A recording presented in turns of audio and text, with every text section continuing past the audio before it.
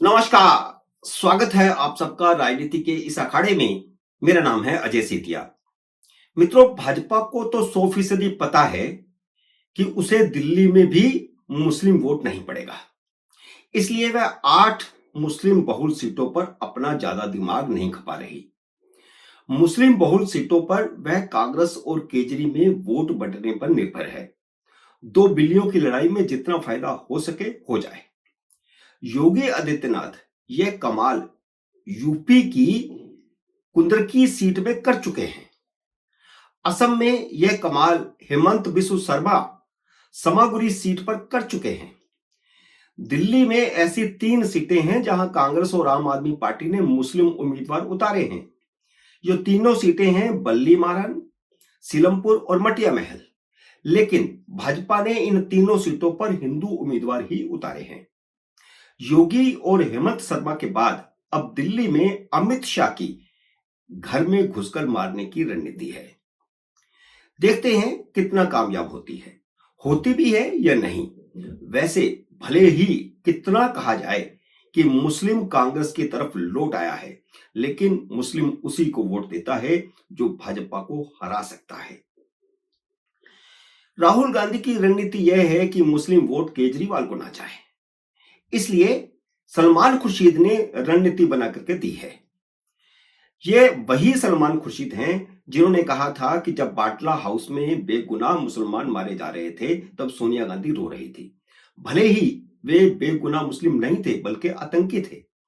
अब उन्हीं सलमान खुर्शीद ने राहुल गांधी को समझाया है कि मुसलमानों के सामने जब मस्जिद और इस्लाम की बात आती है तो वह रोटी, पानी, बिजली, शिक्षा, स्वास्थ्य सब भूल जाता है।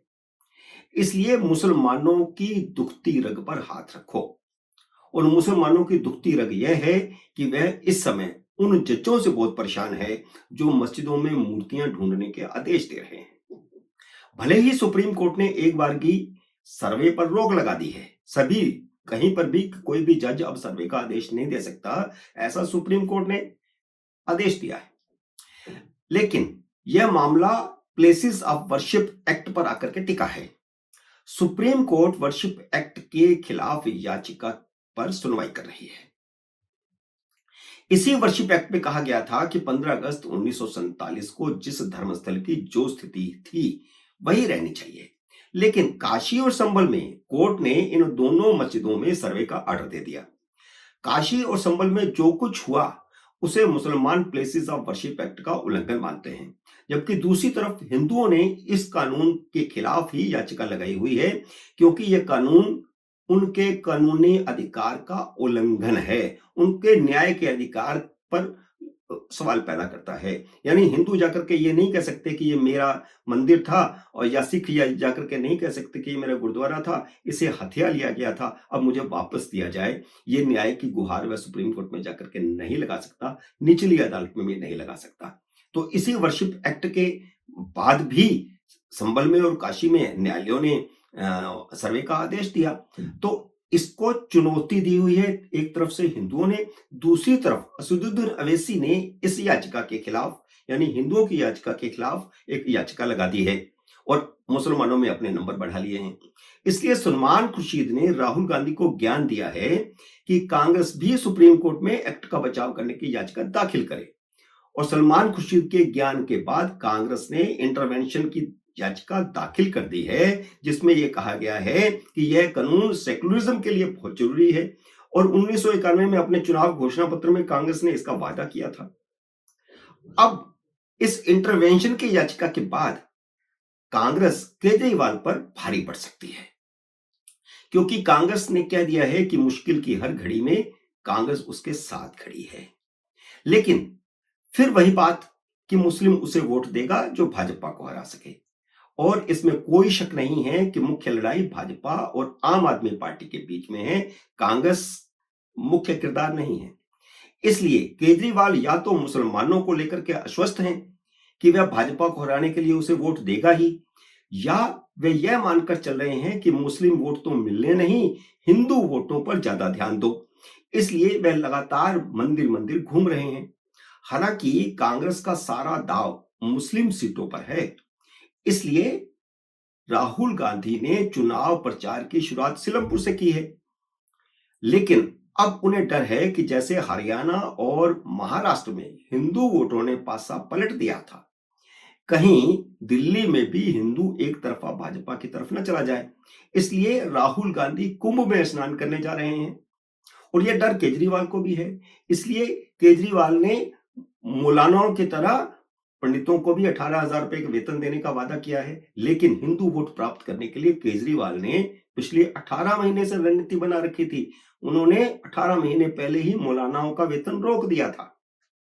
मोदी या अमित शाह या योगी के कुंभ स्नान की उतनी बड़ी खबर नहीं बनेगी जितनी केजरीवाल जाए तो बनेगी, या राहुल गांधी जा रहे हैं तो बनेगी। क्योंकि राहुल गांधी का स्नान करना, कुंभ में जाकर के स्नान करना दिल्ली में हिंदू वोटरों को प्रभावित तो कर सकता है, लेकिन दिल्ली में लड़ाई रेवड़ियों के मुकाबले की ज्यादा बनती जा रही है।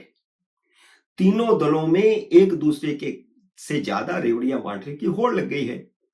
यह अरविंद केजरीवाल की राजनीति की सबसे बड़ी जीत है कि वोटर को बिकाऊ बना दिया है। पंजाब में भी ऐसा किया गया, दिल्ली में भी 2 बार 3 बार ऐसा ही किया गया लगातार। इसलिए रेवड़ियों का विरोध करने वाली भाजपा भी रेवड़ियों का मुकाबला कर रही है। पहले मोदी ने कहा था कि केजरीवाल की सभी रेवड़ियां बरकरार रहेंगी। अब जेपी नड्डा ने भी यही कहा है। केजरीवाल ने महिलाओं को 2100 रुपए महीने का लालच दिया था, तो कांग्रेस ने 2500 रुपए महीने का दे दिया था। अब नड्डा ने भी 2500 रुपए महीने का वायदा कर दिया है। साथ में यह भी कह दिया है कि यह मोदी की गारंटी है, और मोदी की गारंटी का मतलब है गारंटी पूरा होने की गारंटी, जैसा कि नरेंद्र मोदी लोकसभा के चुनाव में कहते थे। रेवड़ियां अभी और बटनी हैं। महिलाओं और सीनियर सिटीजन के बाद केजरीवाल ने कॉलेज के जो स्टूडेंट्स हैं उन पर दाव चल दिया है और उन्हें बसों में फ्री यात्रा का लॉलीपॉप दे दिया है। जैसे महिलाओं को दिया था वैसे ही युवाओं को भी दे दिया है। मोदी को मेट्रो में फ्री यात्रा देने की चिट्ठी लिखकर भाजपा को अपने जाल में भी फंसा लिया है। कहा है कि क्योंकि मेट्रो में आधा पैसा केंद्र का होता है, आधा राज्य का होता है, मुनाफा भी आधा केंद्र का होता है, आधा राज्य का होता है, घाटा हो तो वह भी आधा आधा होता है। इसलिए दिल्ली सरकार अपनी तरफ से आधा जो उसका खर्चा है वो वहन करेगी और केंद्र सरकार भी अपना आधा खर्चा वहन करे और स्टूडेंट्स को फ्री कर दिया जाए। चुनाव घोषणा पत्र को आधा आधा बांटने का केजरीवाल का यह दाव गजब का है। वैसे उनसे पूछा जा सकता है कि उनके मुख्यमंत्री बनने से पहले जो यूनिवर्सिटी की यू स्पेशल चल रही थी डीटीसी की, वह क्यों बंद की गई, और स्कूली बच्चों को ले जाने के लिए डीटीसी की बसों का जो पूरा बीड़ा लगा हुआ था वो कहां चला गया, वो कैसे बंद कर दिया। आपने खुद आकर के पिछले 10 साल से उन सुविधाओं से छात्राओं को वंचित किया जो पहले दी जा रही थी, भाजपा के समय से दी जा रही थी, मदनलाल खुराना के समय से। शीला दीक्षित ने उसको बरकरार रखा था। आपने यू स्पेशल सारी बसें बंद कर दी जो यूनिवर्सिटी लेके जाती थी छात्रों को। आपने स्कूलों में ले जाने वाले छोटे बच्चों की सारी डीटीसी की बसें बंद कर दी। वैसे भावी दिल्ली सरकार की तरफ से वादा करने वाले अरविंद केजरीवाल होते कौन हैं कि अपने हिस्से का आधा पैसा दिल्ली सरकार खर्च करेगी। तो अगर अक्षय मार्लेना विद्यार्थियों को टिकट का आधा पैसा अभी देना शुरू कर दे, अगर वे देना चाहती हैं, तो पहले ये बात क्यों नहीं याद आई। वे चुनावी वादा कर सकते हैं, लेकिन प्रधानमंत्री को चिट्ठी लिखना कि केंद्र सरकार अपने हिस्से का आधा पैसा खर्च करे, सिवा नौटंकी के और कुछ नहीं है। केजरीवाल यह समझकर बैठे हैं कि वे अगले मुख्यमंत्री बनेंगे और उनकी सरकार बनेगी, और इस तरह चिट्ठी लिख रहे हैं। एक पार्टी का अध्यक्ष चिट्ठी लिख रहा है प्रधानमंत्री को कि आप आधा पैसे दे दीजिए, हम आधा पैसे देते। तुम कौन हो भाई, तुम तो मुख्यमंत्री भी नहीं हो। जबकि सुप्रीम कोर्ट की, वे ये समझ के बैठे हैं कि वे मुख्यमंत्री बनने वाले हैं, जबकि सुप्रीम कोर्ट की जमानत शर्तों के अनुसार वे मुख्यमंत्री बन ही नहीं सकते, क्योंकि सुप्रीम कोर्ट ने उनके सारे हाथ पांव उनसे छीन लिए हैं। वह चौथी बार भी रेवड़ियों से ही चुनाव जीतना चाहते हैं, पर रेवड़ियां तो इस बार सभी बांट रहे हैं। जनता तय करेगी किसकी कमीज ज्यादा सफेद है और किसकी कमीज से शराब की बदबू आ रही है। मित्रों, उम्मीद है मेरा ये वीडियो आपको पसंद आया होगा। इसे लाइक और शेयर कीजिए। अगर आपने मेरे YouTube चैनल को अब तक सब्सक्राइब नहीं किया तो कृपया सब्सक्राइब करके अपना आशीर्वाद दीजिए। जल्दी मिलते हैं अगले वीडियो में किसी अन्य विषय के साथ। तब तक नमस्कार।